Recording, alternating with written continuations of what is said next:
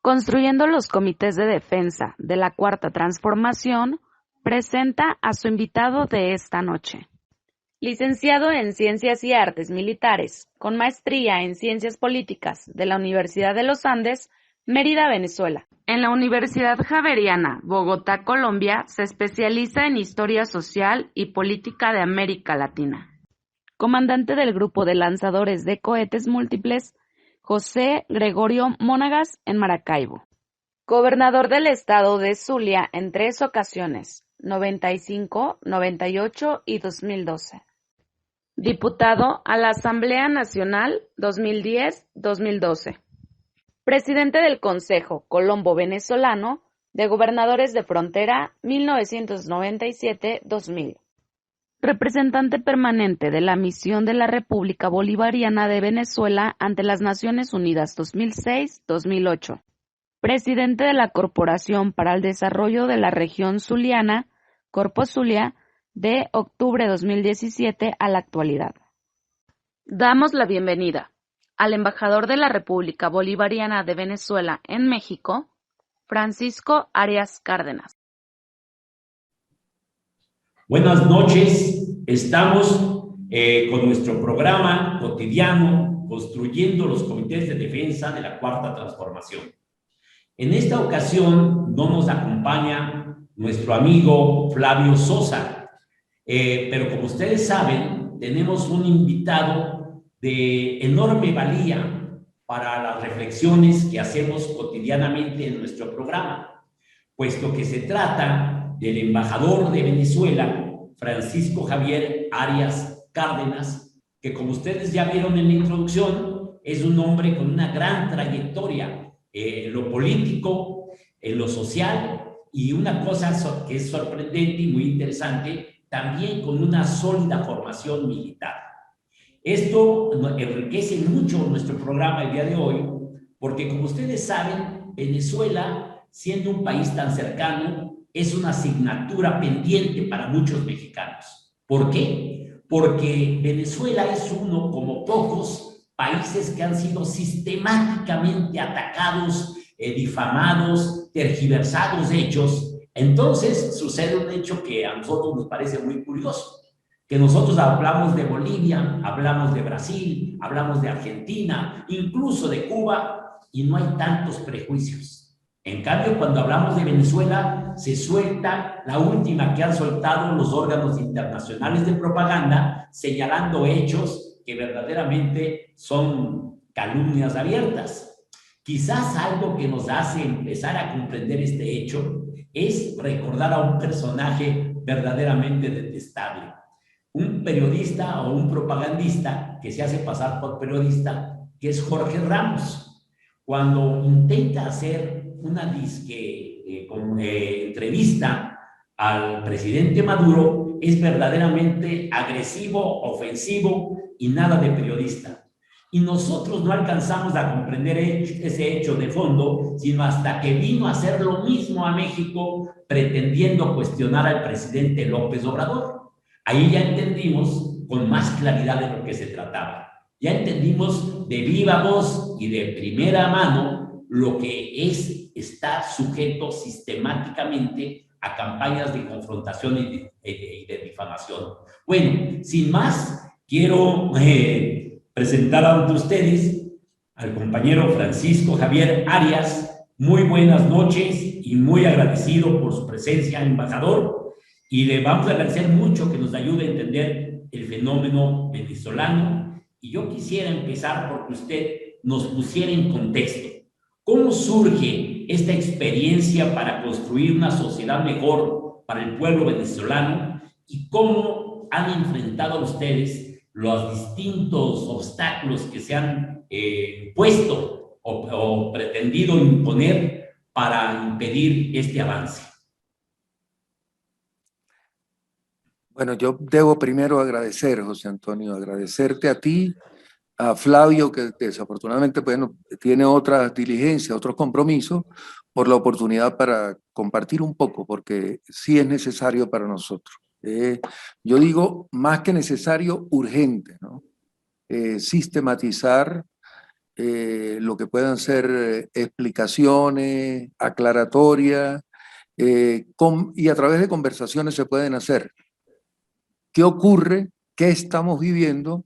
¿Para dónde vamos en este proyecto de revolucionario, que podemos decirlo con toda la amplitud, que vive la República Bolivariana de Venezuela? Tú lo encuadras muy bien.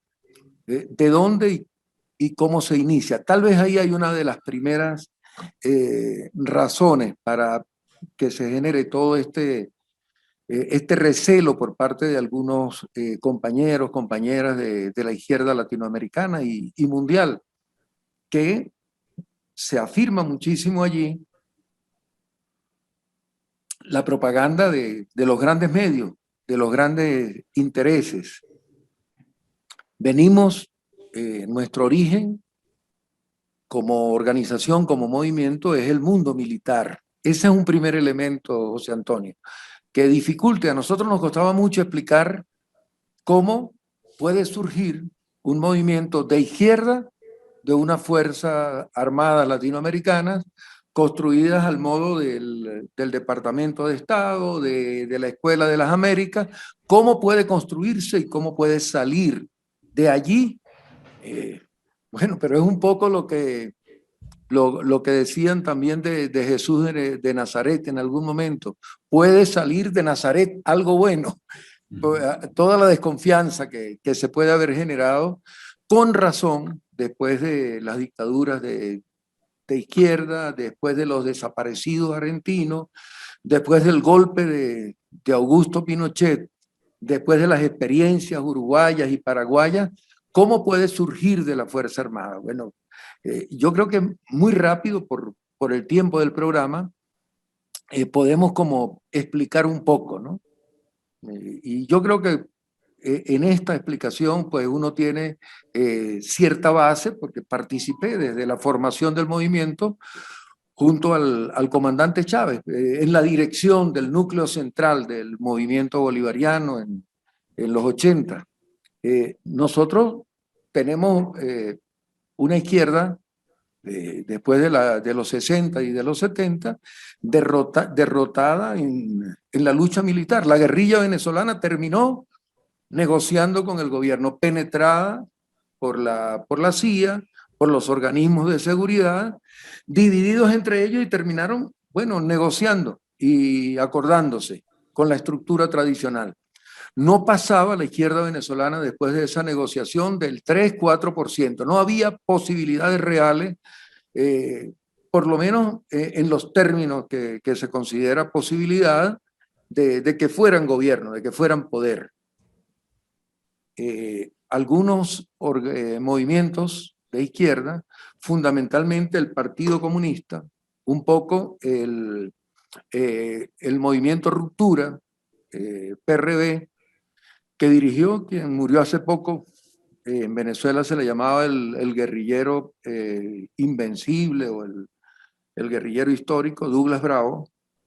Comenzaron a tratar de incluir gente dentro de la Fuerza Armada. Un poco también Maneiro, fundador de la Causa Radical, introducir gente dentro de la Fuerza Armada. Y bueno, algunos compañeros por esa vía nos fuimos encontrando.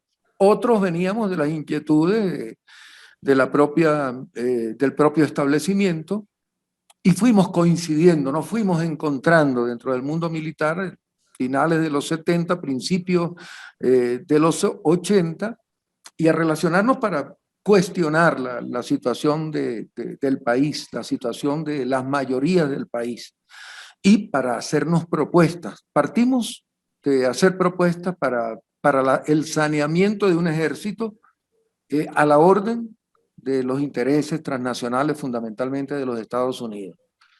Un ejército que servía, lo decíamos mucho y lo escribíamos entonces, como perro de presa para conservar el estatus.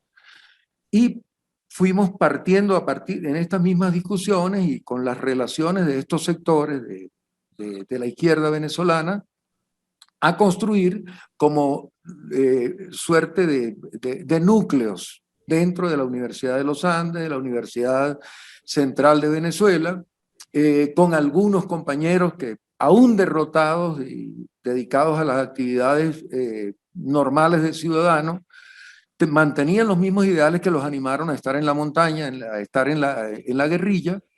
Yo recuerdo un caso excepcional que es Clever Ramírez. Clever Ramírez es un ingeniero nuestro venezolano que nunca ejerció como ingeniero, siempre ejerció como revolucionario en las luchas centroamericanas, en las luchas del Medio Oriente, y me encomendaron en la dirección del movimiento, o nos pusimos de acuerdo, para tocarlo, como decíamos nosotros, o como se dice usualmente en estos términos de clandestinidad. Lo busqué en un pueblito que se llama Lagunillas de Mérida. Estaba retirado, el gobierno del entonces presidente Pérez en su primer periodo le había entregado creo que 25 vacas de altura, es un poco fresco a la zona para producir leche, y fui a buscarlo con un profesor de la universidad que venía del PRB Ruptura, que dirigía entonces Douglas Bravo, Samuel López. Cuando llegué a conversar con él, bueno, él estaba retirado, prácticamente no veía luz ni veía futuro para una transformación en el país. Cuando le hablé de la posibilidad de integrarnos, le hablé del movimiento bolivariano, le hablé de nuestras razones, de nuestras motivaciones, él me pregunta, ¿tú eres médico?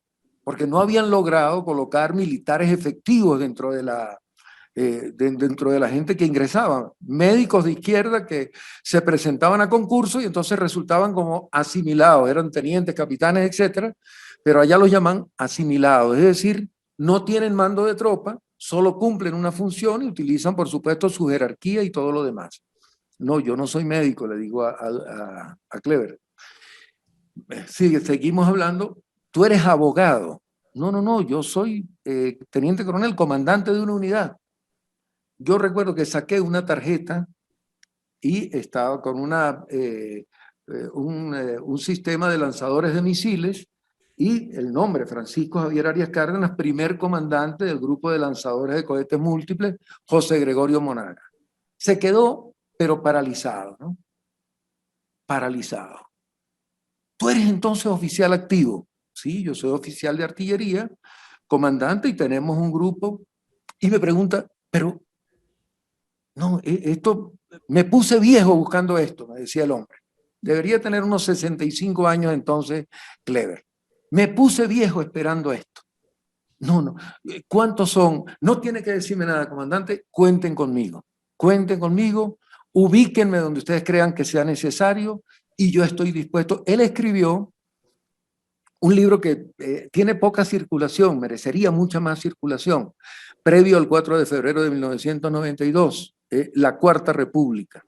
Y hablaba fundamentalmente de esto, un poco lo que ustedes tienen aquí, la cuarta T, cómo se habían dado a lo largo de la historia de Venezuela como coyunturas que producían transformaciones y cambios, aparentemente a favor de los más desposeídos y luego retrogradaban y se convertían en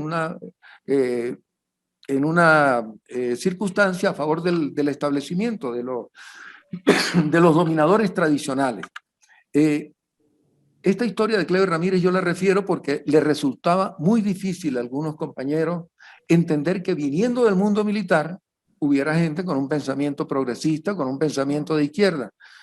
Y es verdad, dentro si me permites un comentario, fíjate que creo yo que casi en todos los ejércitos de Latinoamérica en algún momento surgió alguna corriente, algún núcleo de militares, ya sean de tropa, de base o de jefes, que tuvieron ideas semejantes.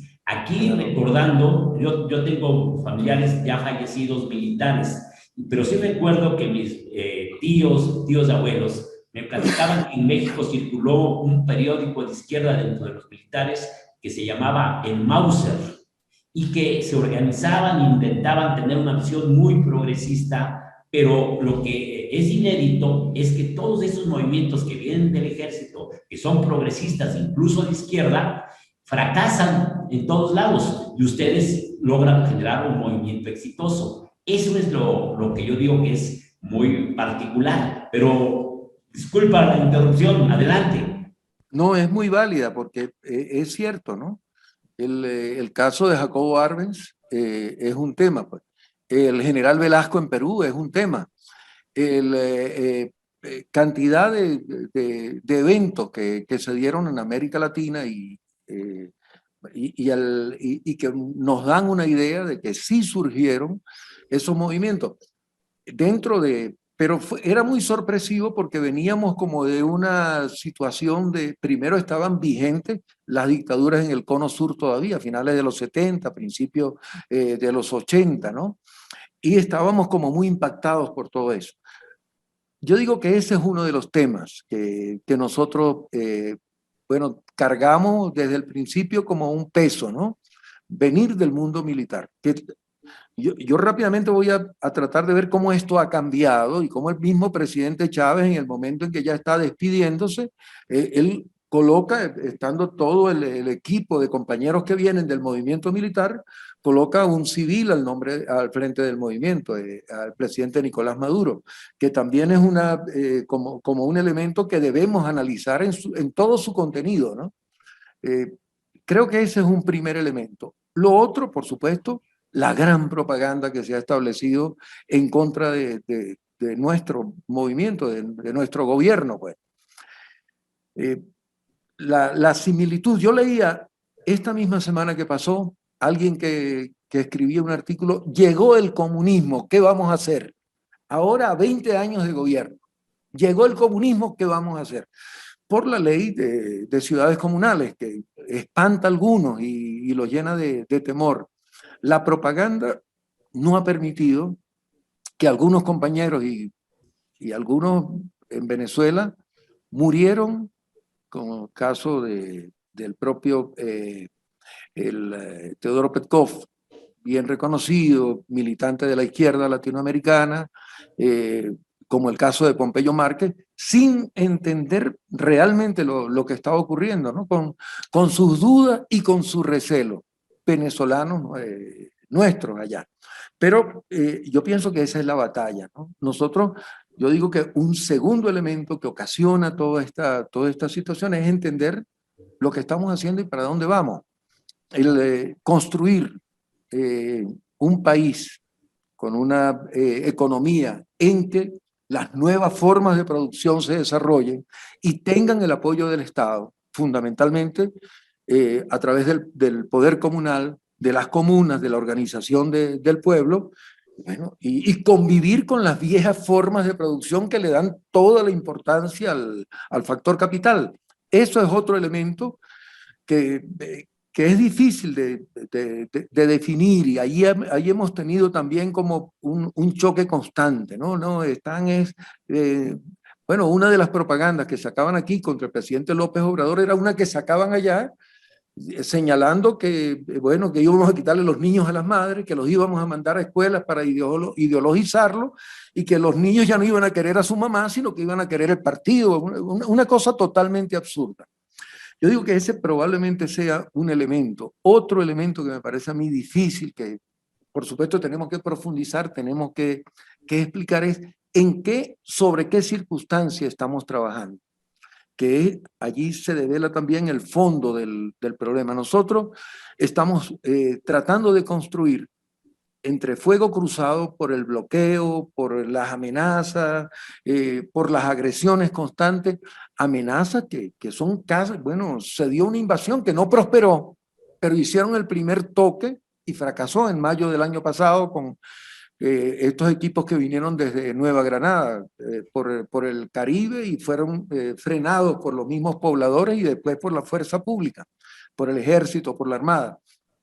Pero el elemento de nosotros trabajamos y hacemos y queremos transformar un país petrolero y monodependiente, que cambió a principios en la primera mitad del siglo XX, su esencia de un país productor agrícola, productor ganadero, a un país exclusivamente rentista. Una renta petrolera que daba para todo. Y el venezolano llegó a tener la fama, bueno, de botaratas en el planeta, pues. Está barato, dame dos, decían en Miami cuando llegaba un venezolano. Sobre esa realidad es que tenemos que construir. Y ahí están los dolientes del viejo sistema, porque la ruptura del manejo de la renta petrolera entre los expertos de la empresa petrolera y los políticos y los que se beneficiaban de la renta, nos construyó un país de fantasía. Hay incluso un escritor de derecha que habla de Venezuela, una falsa ilusión de armonía, porque realmente era un capitalismo que no tenía un parangón de comparación en ninguna parte del planeta, pues.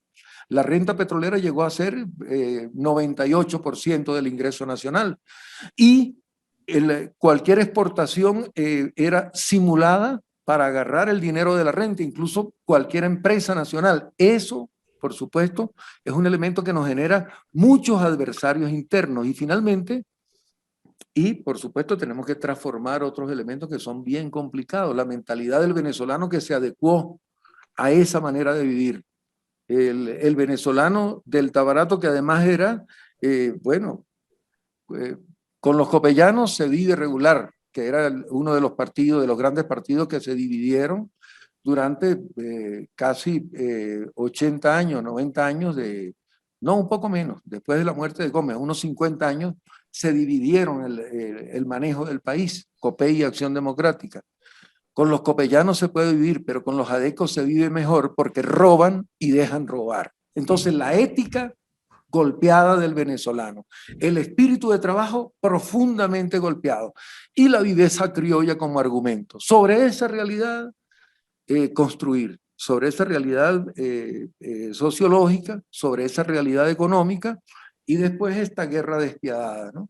Que significa, bueno, yo repito a veces el tema de que nos viene bien en los versos de Sor Juana Inés de la Cruz, ¿no? Nos acusan de aquello que provocan, pues. Ellos nos acusan, mira, pero que se vive mal, que hay miseria, que hay necesidad, que hay problemas, pero no nos dejan vender petróleo, no nos dejan producir, no nos dan insumos, nos permiten, nos quitan el Citgo, pues. Nos quitan, no, que la producción bajó y se dejaron de sembrar 100.000 hectáreas de maíz este año, pero nos quitan, así nos roban monómeros del Caribe donde estábamos produciendo la urea y como llaman ustedes la urea, decimos nosotros, y los fertilizantes nitrogenados. Es decir, este elemento de la guerra y esa falsa, ese silogismo, ¿no? que es permanente contra Venezuela, probablemente eso sea lo que causa el recelo, ¿no? Y que nosotros estamos... Ahí yo quisiera, primero creo que queda claro por la explicación que das, que es una explicación que es muy cercana a todo Latinoamérica. Países que tienen una gran riqueza natural, una gran riqueza en sus núcleos de población, gente que puede destacar como trabajadores en otros ámbitos, pero que tenemos una estructura en toda Latinoamérica en la cual el objetivo del imperio norteamericano ha sido fundamentalmente aprovechar los recursos de Latinoamérica en beneficio propio, en beneficio de ellos. Y a partir de ahí se genera una estructura de poderes locales que van a ser apoyados o no por los Estados Unidos en función de que sean elementos que propicien el saqueo de sus propias naciones. Cuando surgen gobiernos por el lado electoral, por el lado militar, por la lucha política social, cualquier tipo de gobierno que venga a ser un dique en defensa de los intereses de una nación, en automático será mal visto por los Estados Unidos y por las empresas transnacionales que se encuentran muy a gusto saqueando a los países, obteniendo su petróleo, sus minerales, todo lo que es factible extraer de un país que no tiene condiciones para defenderse, porque las élites gobernantes de esos países han tenido como objetivo su enriquecimiento propio a cambio de tener una actitud de entrega de su riqueza a las transnacionales y a los grandes intereses mundiales. Ahí está el cuadro que estamos narrando, ¿sí? Pero aquí lo importante es que el camino de ustedes ha sido muy difícil, porque efectivamente, aun cuando pasan por etapas muy buenas en cuanto a un buen precio internacional del petróleo, también en ocasiones se ha dado que estas bajas del precio del petróleo terminan por golpear, ¿sí? Y es evidente que si aparte a todos nos golpea parejo, a todos los países productores de petróleo, ¿sí? Pero cuando se depende de ese producto, pero además se tiene el acoso de la prensa internacional, el acoso de las élites que ahora están ofendidas porque ya no pueden ser partícipes de este robo a las naciones, cuando se tiene el acoso de nichos políticos que tienen en su objetivo restablecer un poder que le beneficia a las élites, entonces el problema se vuelve mayúsculo.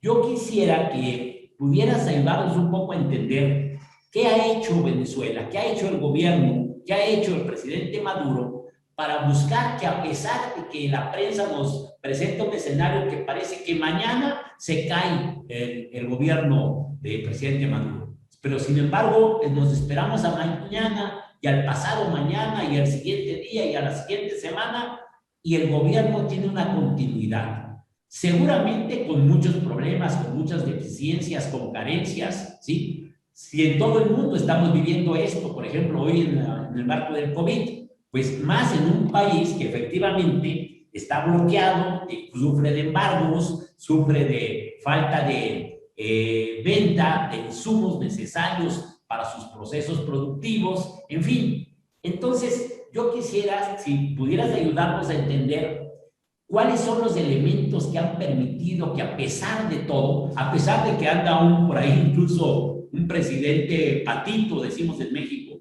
cuando él da algo totalmente falso, ¿no? Un presidente como Guaidó, que ya sabemos que es un presidente bufón, pero que contradictoriamente tiene el respaldo y el reconocimiento del gobierno de los Estados Unidos, ¿sí? Y no nada más de Trump, sino que Biden ha ratificado que es a quien ellos consideran el presidente. Bueno, eso ya es, por decirlo de esta manera, el exceso de esta política que estamos hablando. Pero yo el tema que me interesaría ver si nos puedes ayudar es a ver cuáles son los elementos claves de la cohesión del pueblo venezolano, ¿sí? Y que nos hablaras un poco, porque efectivamente el tiempo es muy limitado, de su sistema electoral, que cuando uno lo ve de lejos, pues piensa que es como cualquier sistema, como en cualquier lado, pero por lo que uno se va enterando cada vez más, es un sistema que podría ser de los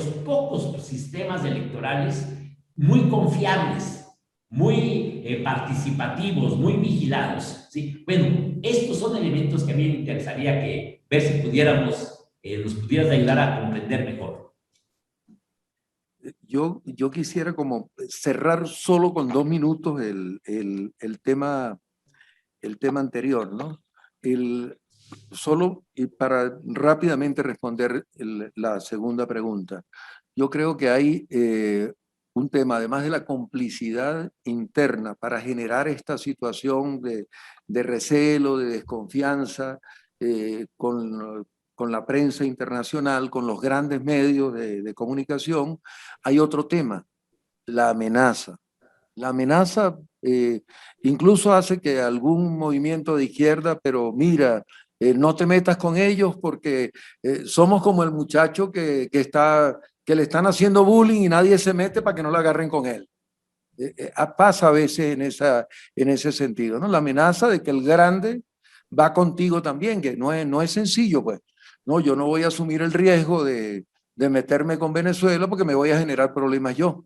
Es un tema de la solidaridad. Yo pienso que en la medida que vayamos viendo los cambios que son esperanzadores, el cambio en Argentina, el cambio que se dio en México, el cambio que se avisora en Brasil con la libertad de Lula, el cambio que se debe dar, Dios mediante, en unos 15 días con el triunfo de Araúz. Yo creo que en la medida en que nos demos cuenta de que somos pequeños, pero somos varios y estamos fuertes, tengo la esperanza de que podamos mejorar bastante esta situación. ¿Por qué nos mantenemos? ¿Por qué seguimos siendo gobierno? Bueno, primero porque la ruta que ha escogido la derecha venezolana es la ruta de la intervención y no la ruta del acompañamiento al pueblo que sufre, obviamente, por culpa de ellos en gran parte, pero por la propia circunstancia que se genera con el bloqueo y con la agresión. Lejos del pueblo, se ocupan fundamentalmente de esperar y alimentar la invasión externa. Yo creo que, y el pueblo nuestro tiene una, una voluntad establecida contra la dominación y contra, por lo menos contra la dominación evidente de la agresión. Los muchachos desde la escuela lo comienzan a formar en el tema de las glorias de Bolívar, de las glorias de Sucre, del sentido de que no permitimos colonialismo. Y yo creo que ese error de lanzarse por la vía de la imposición externa, evidente, porque siempre ellos la han hecho, pero la habían hecho como subyacente, ¿no? Hablaban de Bolívar mientras estaban entregando el petróleo. Hablaban de la libertad mientras estaban agrediendo a Cuba, pues. De la unidad latinoamericana y del pensamiento bolivariano, y estaban agrediendo o acompañando las agresiones contra Camaño en Dominicana, por decir algo. Esta realidad de este error nos ayuda muchísimo. Lo primero, la voluntad antiimperial que está sembrada en el pueblo de Venezuela. Allí no hay posibilidades de que pisen tierra y se impongan, porque no vamos a ser un sector, no los bolivarianos, no, va a ser el país completo que se suma en esa batalla. Y esto yo pienso que es una de las razones, ese error. Otro tema que nos favorece es que rechazaron, y ahí sumo con la última parte de la pregunta, rechazaron la vía electoral como tema. Cuando nosotros repetimos muchísimo, una revolución democrática, y la democracia implica más que lo electoral, pero incluye lo electoral. Nosotros asumimos que cuando ganamos elecciones, nosotros, por supuesto, gobernamos. Cuando perdemos elecciones, entregamos el gobierno. Y eso lo hemos hecho. No, me ocurrió a mí hace 3 años en el estado Zulia, cuando estaba como gobernador. Me dijeron, mira, usted está perdiendo por 1.5 puntos. Inmediato, aquí está, nos reunimos, nosotros salimos del gobierno, vamos a nombrar un encargado que va a entregar. Nosotros no nos oponemos a entregar gobierno, y lo hemos hecho. El presidente Chávez lo asumió cuando perdimos por 1 punto, más o menos fue aquello. El referéndum del 2007, salió a asumirlo él mismo, pues. Pero a pesar de todas estas evidencias, la oposición, en su mayoría, rechaza el camino electoral. Y no se dan cuenta que con el camino electoral, los pocos éxitos que han tenido en estos 20 años, los han tenido con el camino electoral precisamente. En el 2015 tuvieron una asamblea, bueno, una mayoría consolidada, mayoría calificada, tenían las 3/4 partes. Tenían posibilidades para convocar y hacer casi que juicio de valor y obligar al presidente a que cambiara ministros, a que cambiara el propio vicepresidente ejecutivo.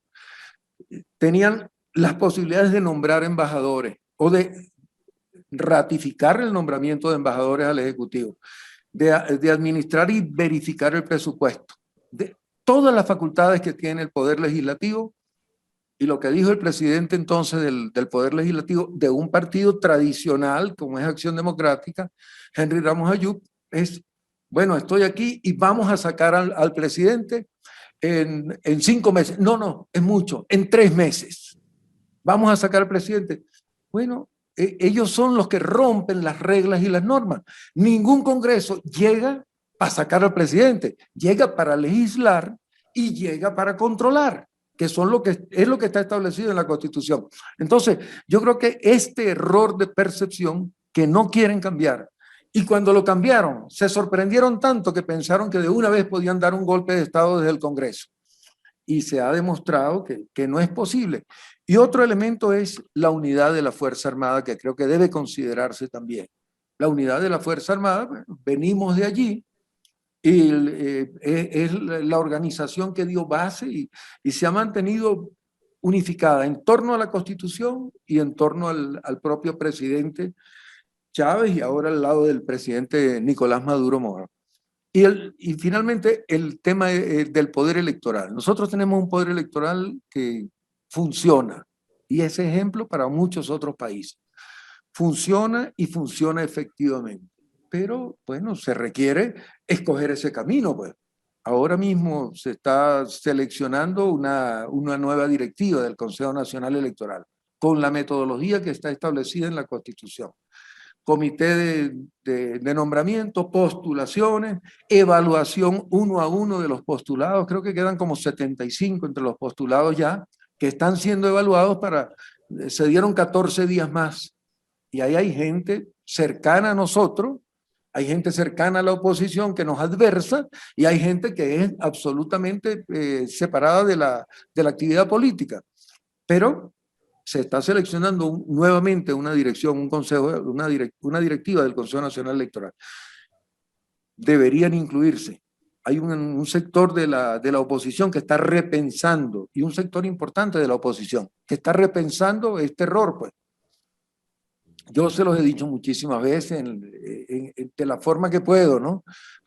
Nosotros militarmente nos fuimos derrotados el 4 de febrero del 92. Nosotros llegamos al gobierno electoralmente y nosotros vamos a defender ese camino, el camino electoral. Allí eso está establecido y es lo que dice la Constitución nuestra. Yo digo que esta unidad de la Fuerza Armada, esta conciencia libertaria y de autodeterminación bolivariana de la totalidad del pueblo de Venezuela, y este error de la derecha en insistir primero en el patrocinio norteamericano y europeo y después en el golpe de Estado, más la voluntad del pueblo y la fe en Chávez, ¿no? Chávez despertó en todos y Nicolás Maduro lo mantiene, ¿no? Una conciencia clara de dónde vamos. Vamos a derrotar esta violencia, vamos a derrotar esta agresión y vamos a construir un estado de participación, de igualdad, de paz, donde podamos vivir todos los venezolanos.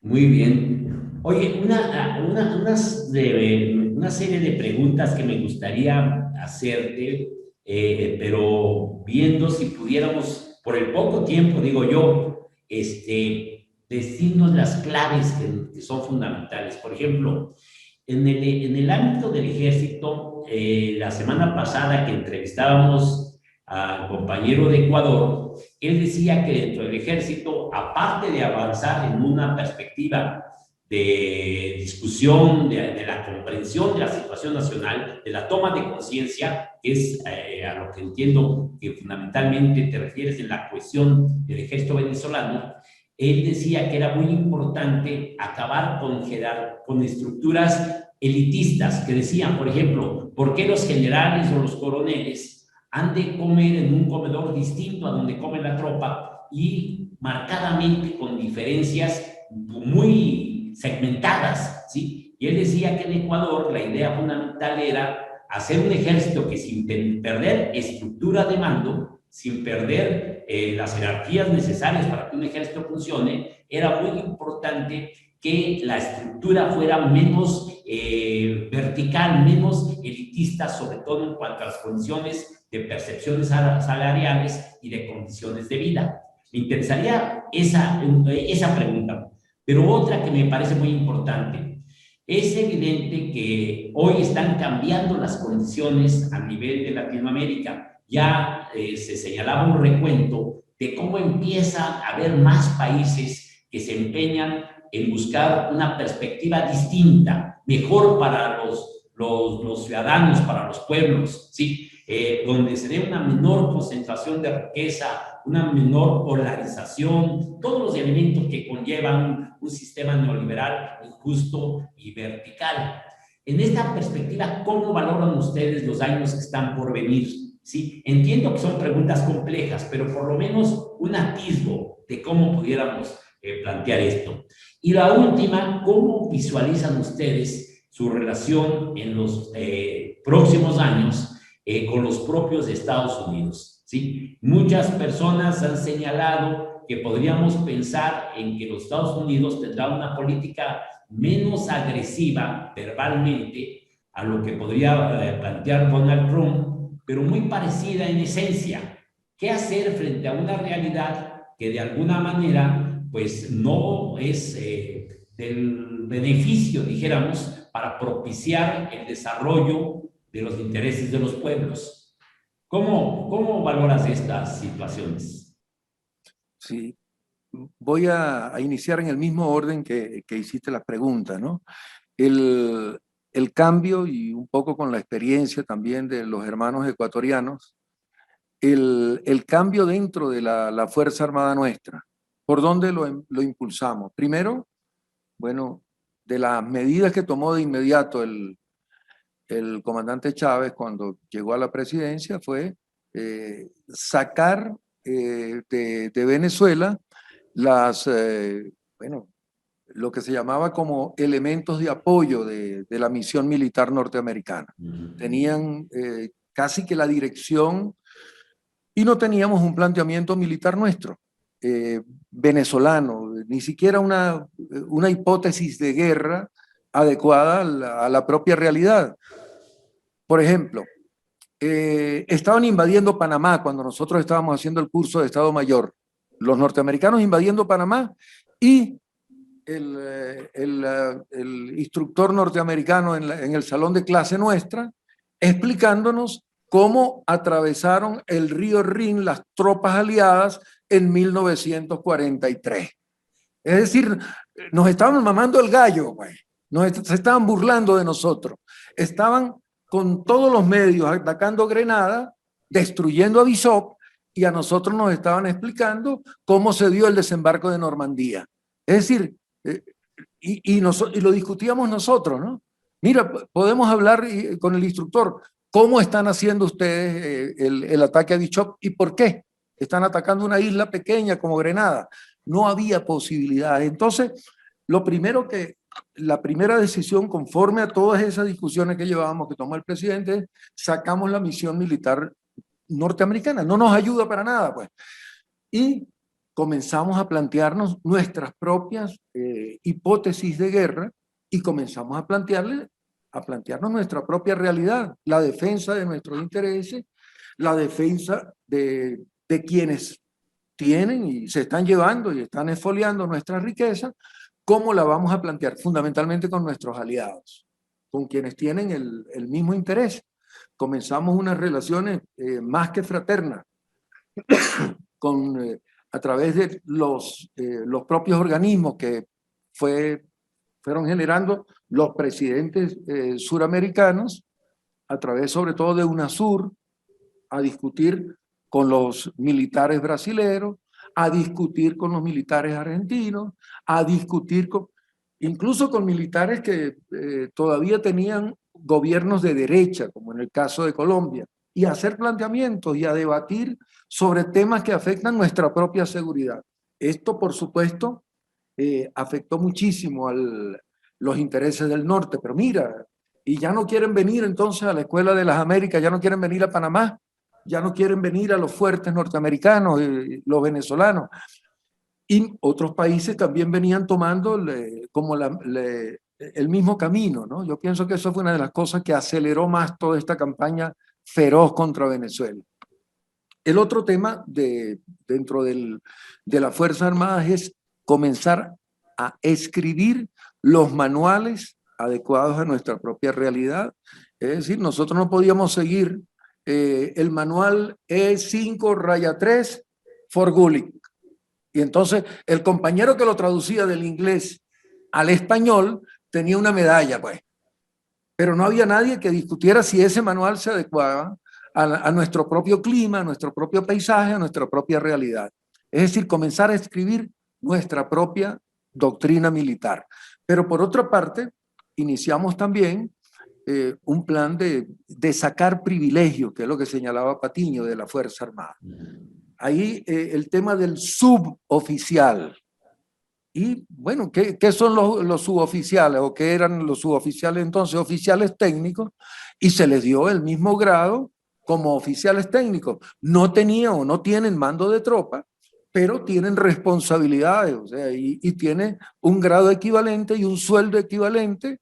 El que antes era, qué sé yo, un sargento técnico de primera con un capitán, porque este lo que hace es, qué sé yo, colocar las bombas o los misiles en los aviones, pero tiene toda una especialización, hace todo un trabajo, disminuir esa brecha que se generaba con el tema de los comedores, con el tema de los sueldos y salarios, y por ejemplo, un oficial recién graduado en una escuela militar lo llamábamos subteniente.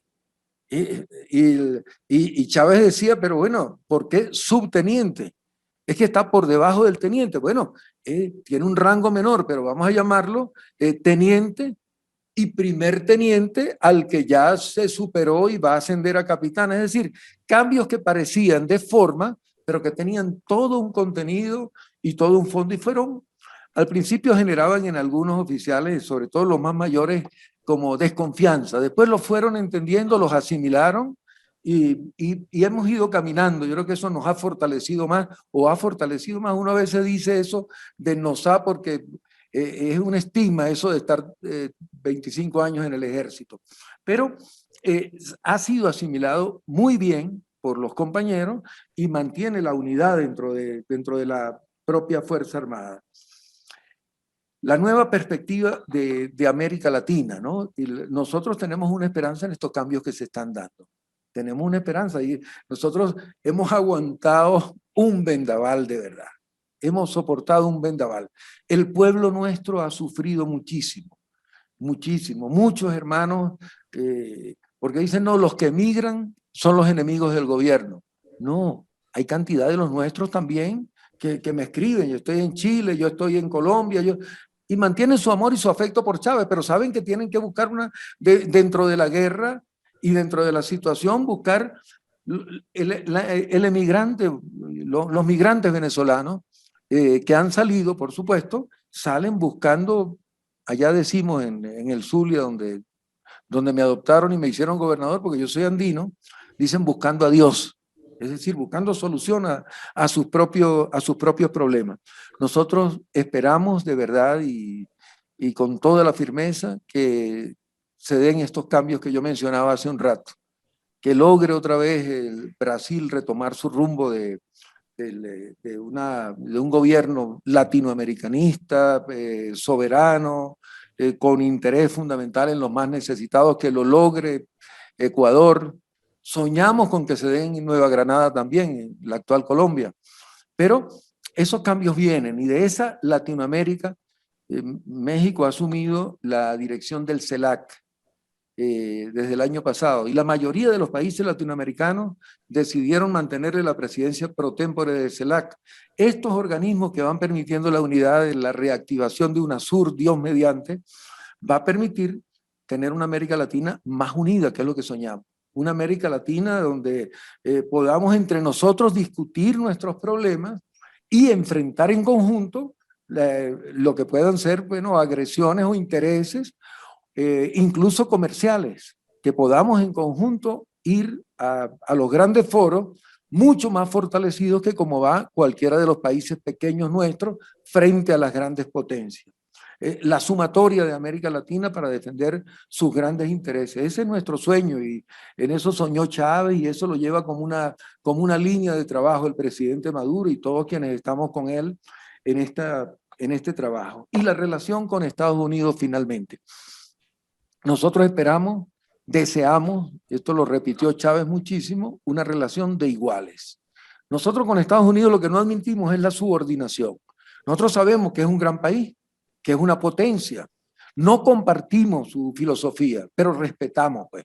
Nosotros no pensamos ponerle bombas, ni amenazamos con cohetería, ni vamos a destruir. Es más, hasta el 2000, finales del 2018, Venezuela, Chávez y ahora el presidente Maduro, estamos vendiendo 1 millón de barriles diarios a los Estados Unidos y estamos procesándolo, perdón, en Citgo, que es una empresa nuestra y que nos quitaron a la brava, a los vaqueros del oeste, a los John Wayne.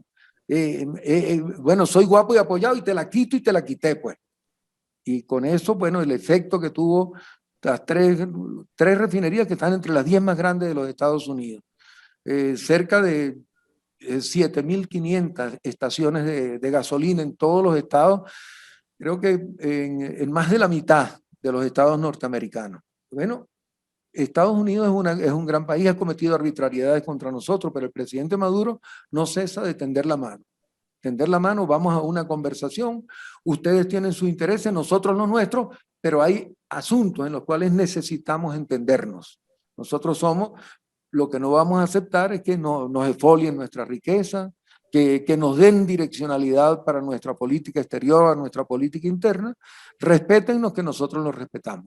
Y queremos que empresas norteamericanas vengan y trabajen en Venezuela. Sí, la Chevron todavía está trabajando allá. Y cada 6 meses decían que le iban a sacar y 6 meses más. Tiene todos estos 20 años ha estado trabajando Chevron, que tiene más de 50 años en Venezuela. Nosotros creemos en una relación de iguales con los Estados Unidos y con todos los países del mundo, ¿no? Muy bien, muy bien. Pues Francisco Javier Arias, embajador de Venezuela en México, de la República Bolivariana de Venezuela. Yo te agradezco enormemente esta participación el día de hoy, esta noche. Quisiera proponerte que este diálogo que iniciamos sea la entrada a un proceso de comunicación que yo esperaría que fuera regular, que de vez en vez nos acompañaras, porque, como decía yo al principio, si un país de Latinoamérica está siendo poco entendido y poco comprendido por la mayoría de los ciudadanos de nuestros países, es Venezuela.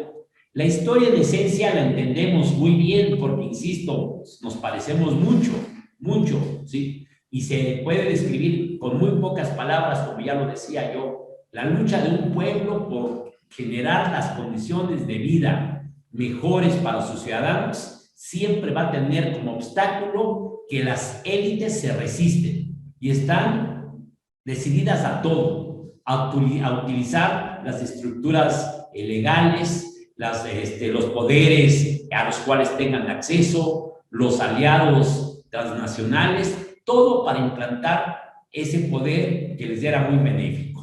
Obviamente las particularidades son muchas, ¿sí? No hablamos hoy mismo, por ejemplo, de los más grandes medios de difusión que juegan un papel muy relevante. No hablamos del papel de los jueces, de los magistrados, que en muchas ocasiones vienen de un sistema anterior o un modelo anterior y que además pues gozan de privilegios extraordinarios en la mayoría de los países y son muy proclives a favorecer los intereses de los núcleos elitistas. Todo ello es obvio que se mezcla de muchas maneras en los distintos países y a veces cuando solamente se hacen públicas algunas partes fraccionales de esa realidad para fundamentalmente golpear a un gobierno, es cuando tenemos estos resultados como los que hoy tenemos, de que en muchas partes del mundo se repiten una serie de descalificaciones sin comprender la realidad compleja que esta realidad tiene. Pero sin embargo, yo creo que el avance de los pueblos está generando que también hay mucho interés en conocer los detalles de estos procesos de construcción de los propios pueblos en la perspectiva de unas sociedades más justas, más incluyentes, con mejores manejos de sus recursos naturales, con mejores posibilidades de coexistir y convivir, y por qué no avanzar en proyectos unificados en el futuro. Yo quisiera, embajador Francisco Javier Arias, dejar este canal abierto de comunicación y que muy pronto tengamos la oportunidad de seguir conversando. Con muchísimo gusto vamos a hacerlo, porque además esa es nuestra tarea, pues. Nuestra tarea es decir nuestra verdad y este es un canal muy importante.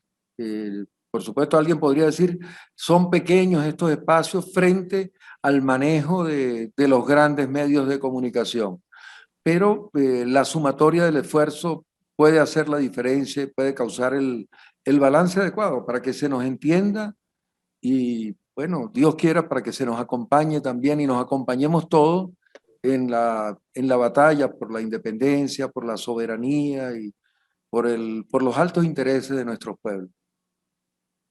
Muy bien. Muchas gracias y agradezco nuevamente tu participación. Un abrazo. Gracias, igual para ti. Saludos.